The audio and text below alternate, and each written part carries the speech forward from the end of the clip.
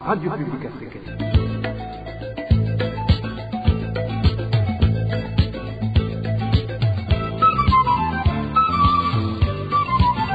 Radio Publique Africaine.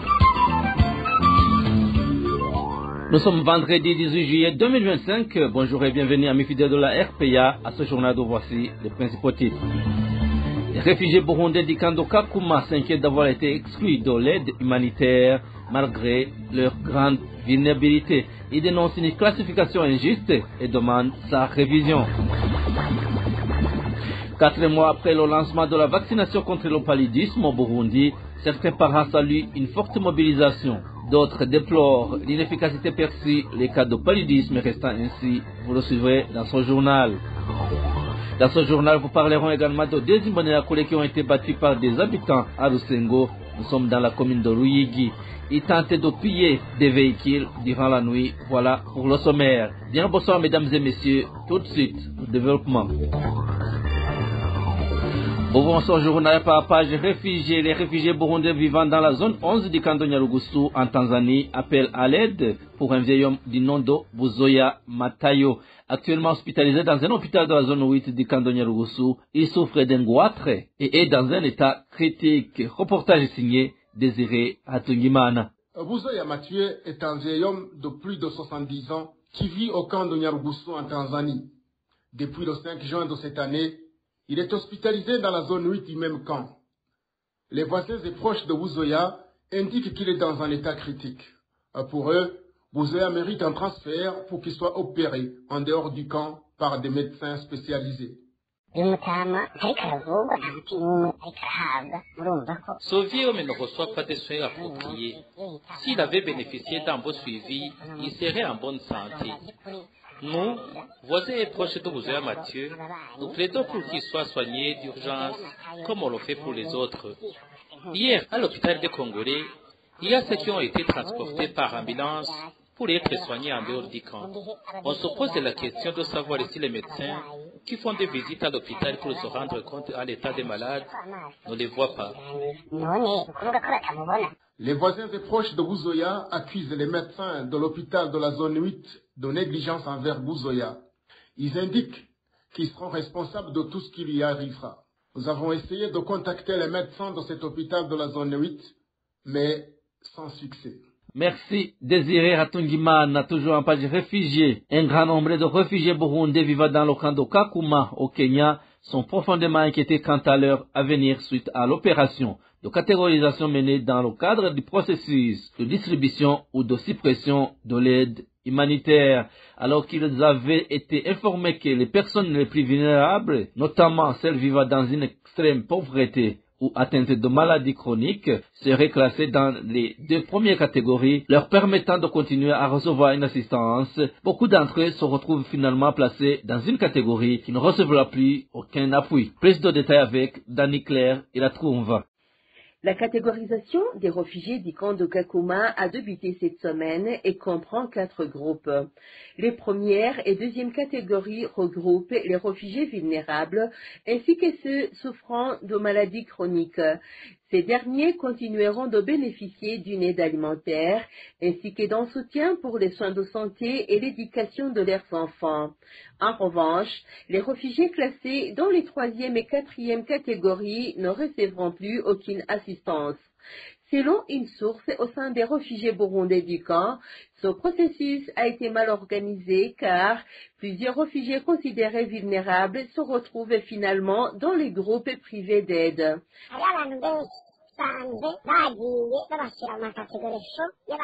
Plusieurs personnes se sont retrouvées dans la 4e catégorie, celle des personnes considérées comme aisées et des hommes d'affaires, alors qu'elles sont en réalité handicapées. Il avait été annoncé que les orphelins, les veuves et les personnes souffrant de maladies chroniques seraient placées dans la 1re catégorie, mais ce n'est pas le cas. Certaines personnes présentent des maladies chroniques comme l'hypertension, le diabète et d'autres handicaps invisibles. Par exemple, une vieille dame qui se déplace sur une chaise roulante a été classée dans la 4e catégorie.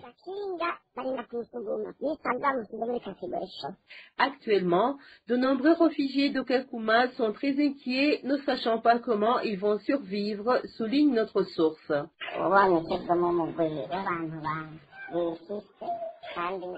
Être placé dans le groupe de personnes riches alors qu'on ne possède rien est vraiment affligeant. On dit que ces personnes devront payer les études de leurs enfants et se prendre en charge en soins de santé, ce qui signifie que tout aide fourni par le HCR leur sera retiré. Ce qui est étonnant, c'est que certains hommes d'affaires ont été placés dans la première et la deuxième catégorie.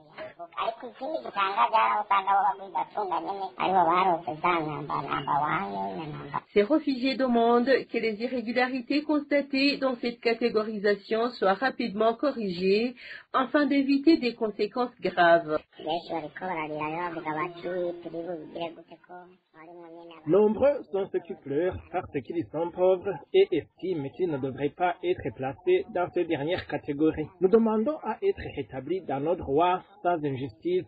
Une personne ne peut pas vivre sans manger. Si nos enfants ne vont pas à l'école, ils resteront à la maison et risquent de se livrer à la drogue. La situation risque de devenir compliquée.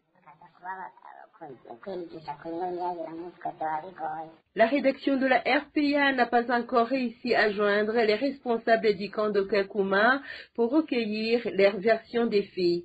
Dans Niger, il a trouvé droit de l'homme pour continuer. L'association Awachu Barihe se dit préoccupée par la disparition forcée des citoyens burundais, particulièrement des militants du parti CNL, pro-Agato Rwasa, revenant sur certains cas documentés, dont celui de Fidel Moulembone, arrêté par un cadre du service de renseignement connu. Olivier Kenesse, président de la dite association, regrette l'inaction de différents organes saisis par les familles des victimes. Suivez plutôt Olivier Kenesse, il est président de l'association Awachu Barihe. Le phénomène de disparition forcée s'observe depuis longtemps dans notre pays, plus particulièrement sous le régime CNDD-FDD. Très récemment, au sein de l'association Awachu Barihe, nous avons appris avec consternation des cas pareils qui ont visé les membres du parti CNL d'Agathon Rwasa, dont nous pouvons présenter quelques exemples.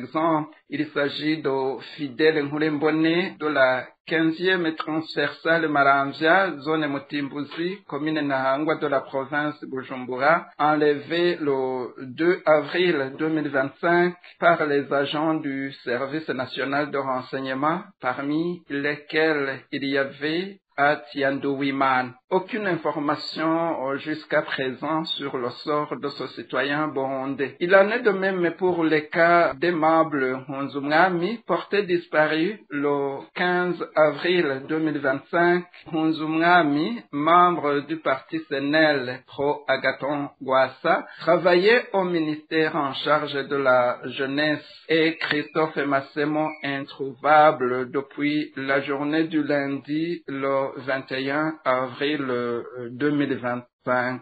Christophe Massemo était trésorier zonal de son même parti. La justice burundaise, l'administration et la CNIDH saisie demeurent en silence. Selon le président de l'association Awachu Barihe, un régime qui fait disparaître des citoyens qui devrait protéger est un régime faible. Olivier Kenesse lance un appel au gouvernement du Burundi de laisser la justice faire son travail et au Burundi de se lever et refuser cette pratique d'impunité. Suivez encore une fois le président de l'association Awachu Barihe. L'association Awachu Barihe trouve que la pratique de l'État burundais de faire disparaître les citoyens qui sont à sa charge est une faiblesse incontournable qui caractérise les régimes dictatoriaux. De tels régimes comme le nôtre, au lieu de s'atteler à promouvoir l'humanité, s'attachent à courir derrière des citoyens. C'est une honte d'avoir de tels dirigeants et c'est aussi une trahison à l'égard du peuple burundais. Il n'existe aucune justification des disparitions forcées comme le stipule l'article 7 de la déclaration sur la protection de toutes les personnes contre les disparitions forcées adoptée le 18 décembre en 1992. Il est écrit dans cet article qu'aucune circonstance quelle qu'elle soit, qu'il s'agisse d'une menace de guerre, d'instabilité politique intérieure ou de toute autre situation d'exception, ne peut être invoquée pour justifier des disparitions forcées. L'association Abachubari rappelle l'État du Burundi qu'aucun État ne doit commettre, autoriser ou tolérer des actes conduisant à des disparitions forcées. De ce fait, le gouvernement du Burundi, pour sauver son honneur, doit laisser la justice faire son travail sur les cas de disparition forcée, punir les auteurs de ces crimes et réparer les préjudices causés. Sinon, tôt ou tard, on aura une justice indépendante. Les membres du gouvernement pourront être poursuivis pour la complicité dans ces actes. Nous demandons toujours au peuple burundais de se lever et lutter ensemble contre l'impunité des auteurs de différents crimes dans notre pays. Je vous le disais en titre, 4 mois se sont écoulés depuis le début de la campagne de vaccination contre le paludisme, ciblant les jeunes enfants au Burundi. Dans certaines régions où cette campagne a été lancée, les autorités locales rapportent une forte mobilisation des parents. Cependant, dans d'autres zones, des habitants expriment leur inquiétude. Malgré la vaccination, de nombreux enfants continuent de contracter le paludisme. Les détails avec Nadège Irakoze. Après 4 mois que certains districts sanitaires ont débuté la campagne de vaccination contre le paludisme, dont les bénéficiaires sont les enfants âgés de 6 mois à 11 mois, certains employés dans le secteur de la santé qui se sont entretenus avec la radio RPA en commune Muyinga de la province de Buhumuza disent que cette campagne a été bien répondue par les parents ayant des enfants à bas âge, car ce vaccin a été ajouté sur le calendrier des vaccins de routine destinés aux enfants de cette tranche d'âge. Dans notre district sanitaire, les habitants ont bien répondu à cette campagne de vaccination parce que ce vaccin a été ajouté aux autres vaccins de routine qui figurent dans le calendrier vaccinal. Au début, les parents ne comprenaient pas son importance, mais avec la sensibilisation faite par les agents communautaires de santé, sur toutes les collines, les enfants ont eu ce vaccin et la campagne continue jusqu'à ce qu'ils reçoivent toutes les doses du vaccin. En commune Ruyigi, toujours en province de Buhumuza, nos sources dans le secteur de la santé font savoir que jusqu'à présent, ils n'ont pas encore remarqué les avantages de ce vaccin du fait qu'il s'observe toujours dans les centres de santé des effectifs élevés des enfants affectés par le paludisme. Toutefois, ils précisent que c'est avec la campagne de lutte contre le paludisme par le moyen de la pulvérisation des insecticides qui tuent les moustiques et la distribution des moustiquaires imprégnés d'insecticides qu'il y a eu une amélioration notoire.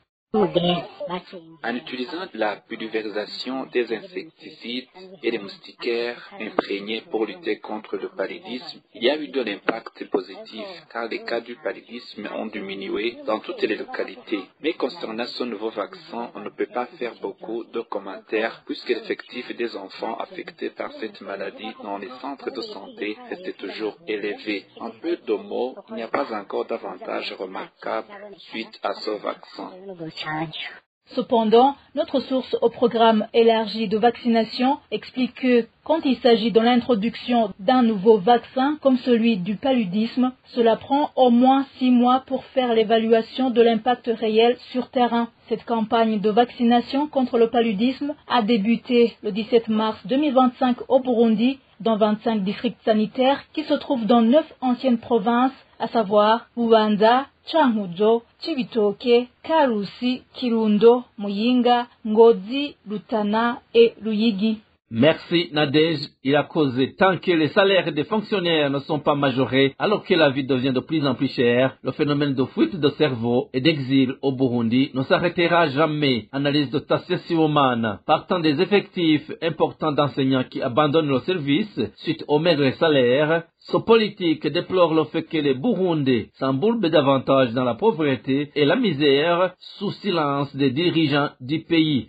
Suivez Tassia Siwomana. À l'impossible, nul ne tenu. Quand vous n'avez plus où jeter de la tête, vous n'avez pas de choix. C'est regrettable, mais c'est comme ça. Pour moi, quelles en seraient les vraies raisons? La première, c'est la vie qui est devenue très chère. le coût de la vie au Burundi est devenu intenable. Les prix ont quadruplé, ont quintuplé, alors que les ressources dont dispose le Burundi ne changent guère, au contraire. La deuxième raison qui n'est pas des moindres, mais qui n'est même pas connue, ou que les gens semblent banaliser, c'est la privation des droits et libertés dont sont victimes les Burundais. Il y a des droits qui sont consacrés par la Constitution de la République du Burundi et les textes y afférents, sans oublier que la Constitution, pour des conventions et pactes internationaux qui ont été ratifiés par le Burundi, la Constitution s'y réfère, mais tout cela est banalisé par le système en place.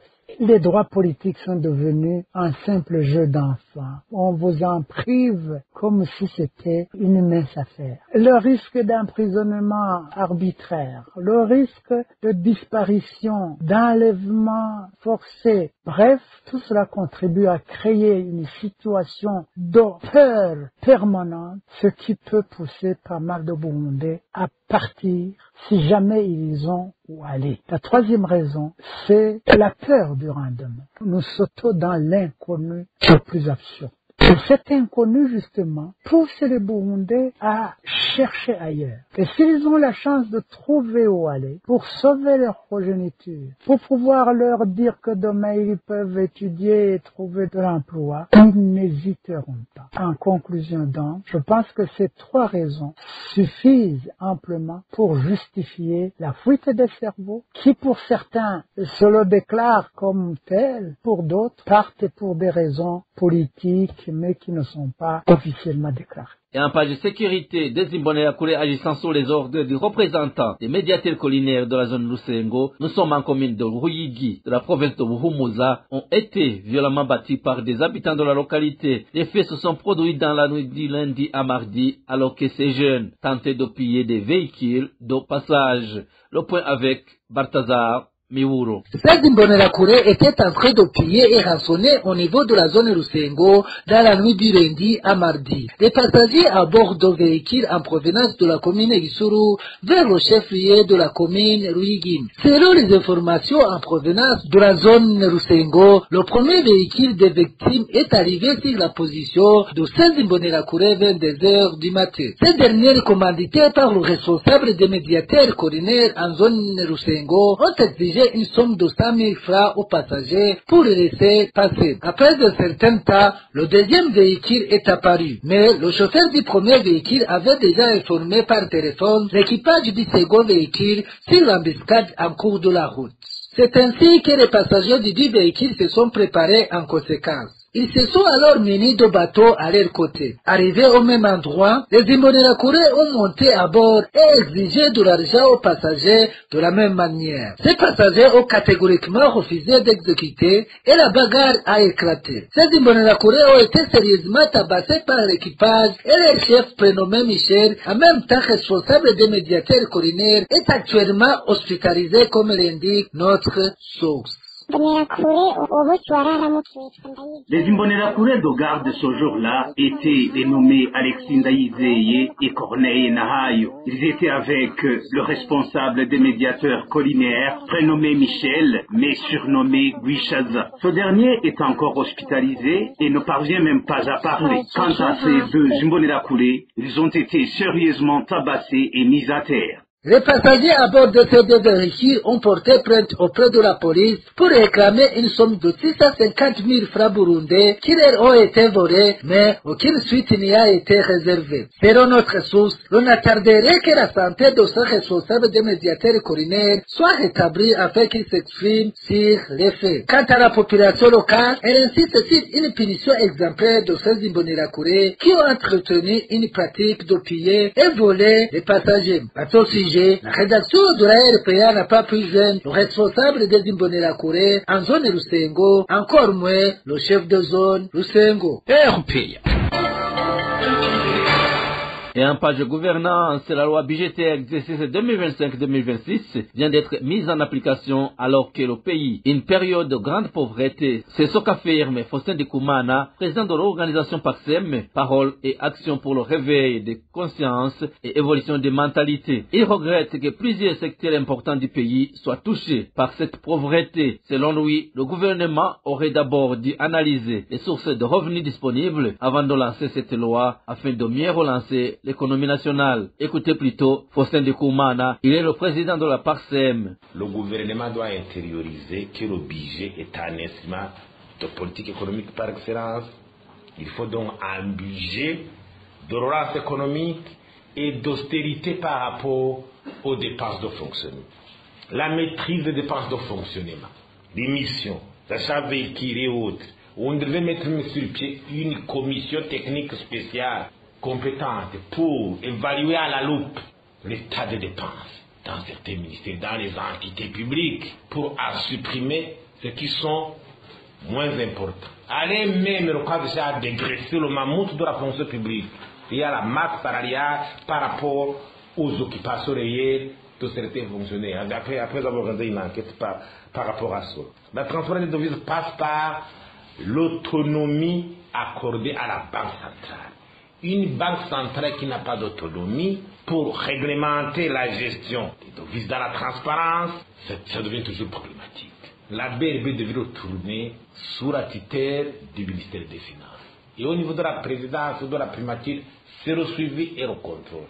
Et la réglementation est nationale et respectée par tout le monde. Aucune même autorité ne doit s'affranchir d'une réglementation fixée pour les respect de la nation. Dans l'urgence, comme on a toujours évoqué, il faut qu'on ait une feuille de route par rapport aux solutions nécessaires, concrètes pour tirer le Burundi de cette situation de marasme économique. Cette loi a commencé à entrer en vigueur depuis le 1er de ce mois.